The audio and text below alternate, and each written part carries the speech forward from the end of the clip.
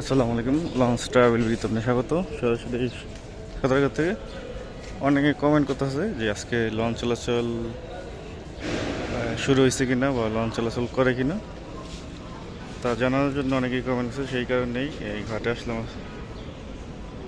তো এটা হচ্ছে পটুয়াখালীর যেসব যাত্রীরা প্রবেশ করে সেই প্রবেশ পথ, কেসি গেট লাগানো, মানে লঞ্চ চলাচল বন্ধের কারণে কেসি গেট লাগাই দিছে। তো প্লেজ আসছে কিন্তু আওলাদ সাদ, আবহাওয়া যদি ভালো থাকে বা ভালো হয় তাহলে আওলাদ সাদ যেতে পারে, যেহেতু প্লেজ আসছে লঞ্চটি। এটা হচ্ছে ডাউনটার কাজল। তো সামনের দিকে আগে দেখি যে অন্য কোনো নৌযান প্লেজ আছে কিনা, যাওয়ার মতো স্কোপ আছে কিনা। তো বরিশাল লঞ্চগুলো এখানেই থাকে সবসময়, বেশিরভাগ সময়।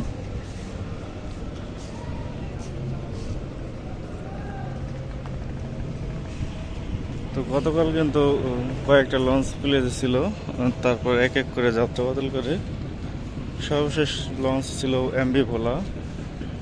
তো এমবি ভোলায় কিন্তু বেশ ভালো পরিমাণ যাত্রী হয়েছিল। কী পরিমাণ যাত্রী হয়েছিল গতকাল আমার পেজে লাইভ করছিলাম, চাইলে দেখে নিতে পারেন যে কী পরিমাণ যাত্রী হয়েছিল। তারপর লঞ্চ থেকে আসতে এক এক করে অনেক যাত্রী নেমে গেছে। সর্বশেষ পরে লঞ্চ যাত্রা বদল করছে কিনা জানা নেই, কারণ বৃষ্টি হয়েছিল প্রচুর, সেই কারণে ঘাট থেকে চলে আসছিলাম। তো এমবি বলা কিন্তু অনেক যাত্রী ছিল দোতলায়, নিচতলায় কেবিনও অনেকগুলো, কেবিন সবগুলোই হয়েছিল।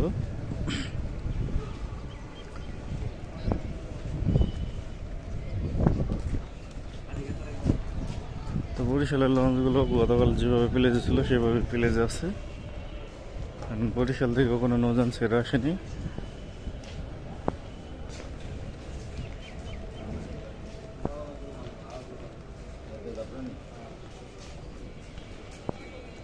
এমখান লঞ্চটিও আসেনি, মানে বরিশাল থেকে কোনো লঞ্চ ছেড়ে আসেনি।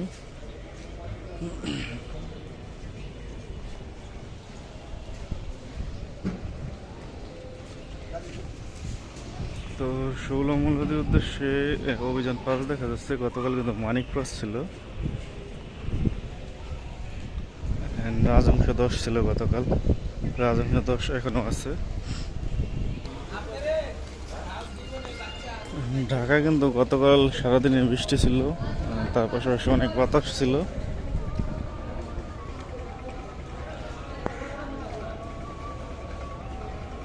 তো দূরে দেখা যাচ্ছে এমবি ভোলা লঞ্চ, সাথে পুবালি 9ও দেখা যাচ্ছে। তো সামনের দিকে আগে দেখি চাঁদপুরে কোনো নৌযান আছে কিনা।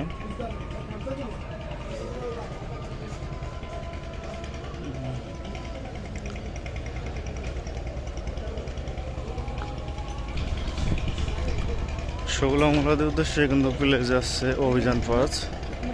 যদি বিআইডব্লিউটি ঘোষণা দেয় যে লঞ্চ চলাচল শুরু হবে বা আবহাওয়া খারাপটা কেটে গেছে, তাহলে অভিযান 5 যাবে ষোলমূলাদি। আর যদি ঘোষণা না দেয় তাহলে এখানেই পড়ে থাকতে হবে অভিযান 5 রাজংশ 10 লঞ্চ। যেহেতু ভাষণচর রোডে রাজংশ 10 ও সম্রাট কোম্পানি লঞ্চ চলাচল করে, উভয় দিক থেকেই লঞ্চ হয় না, সেই কারণে যদি লঞ্চ চলাচল করে তাহলে যেতে পারবে। এমবি ক্যাপ্টেন ঘাট প্লেজ আসতেছে।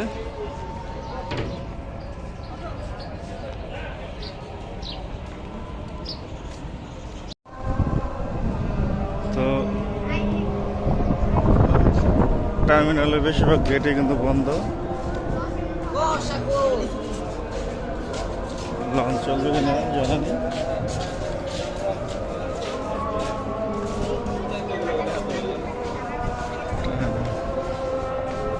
গতকাল কিন্তু চাঁদপুর গেছে ময়ূর 1, ময়ূর 10, বগদা দিয়া 7 গেছিল গতকাল চাঁদপুর। তো দেখি আজকে কোন লঞ্চ যায়।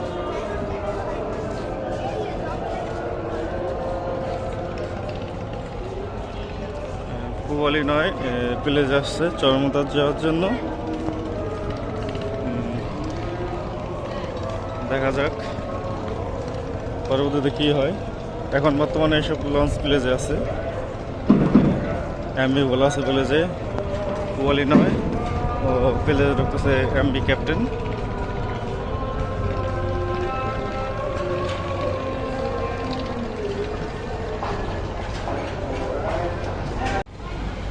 তো আজকে লালমোহন যাওয়ার জন্য প্লেজে আসলো এমবি ক্যাপ্টেন। গতকাল থেকে প্লেজে ছিল এমবি ভোলা। এমবি ভোলাতে গতকাল কিন্তু বেশ ভালো পরিমাণ যাত্রী ছিল, তারপরে সেটা যায়নি লঞ্চটি, হয়তো বিআইডব্লিউটি ছাড়ার অনুমতি দেয়নি। তো ইগল চায়ের প্লেজে ঢুকতেছে চাঁদপুর যাওয়ার জন্য, আর প্লেজ আছে ময়ূরেক।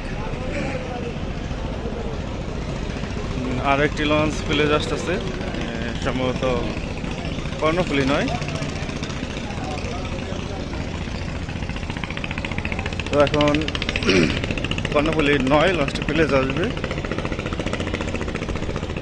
সম্ভবত কর্ণফুলী নয় দূর থেকে দেখা যাচ্ছে।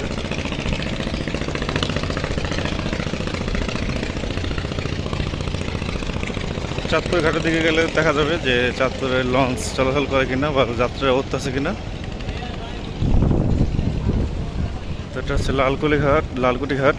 এখানে চাঁদপুর ও ইলিশের লঞ্চ থাকে। তো দেখতে পাচ্ছেন যে কি পরিমাণ যাত্রী, এগুলো সব ইলিশের যাত্রী। তো ইলিশের উদ্দেশ্যে ছেড়ে যাওয়ার জন্য কর্ণফুলী 3 লঞ্চটি প্লেজ আসবে। এখন পরারবিগঞ্জ ঘাট থেকে বের হয়েছে কর্ণফুলী 3 লঞ্চটি এখন প্লেজ আসবে। তো প্রচুর পরিমাণ যাত্রী ইলিশের, আর সকালে ইলিশের উদ্দেশ্যে কোনো নৌযান ছেড়ে যায়নি।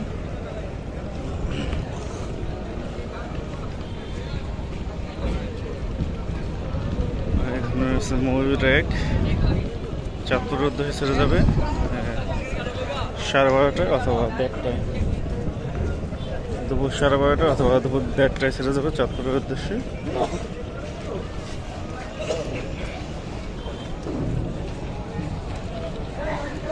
ইগল চাই ছাড়বে চাঁদপুরের উদ্দেশ্যে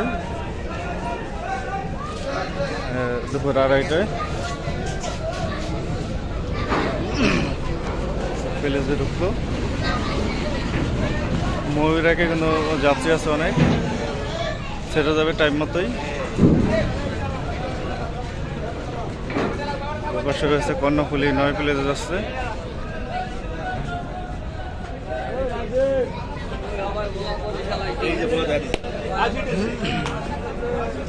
তো এমবি ভোলা লঞ্চটি তাহলে আজকে যাবে না, যেহেতু তার ট্রিপ গতকাল ছিল।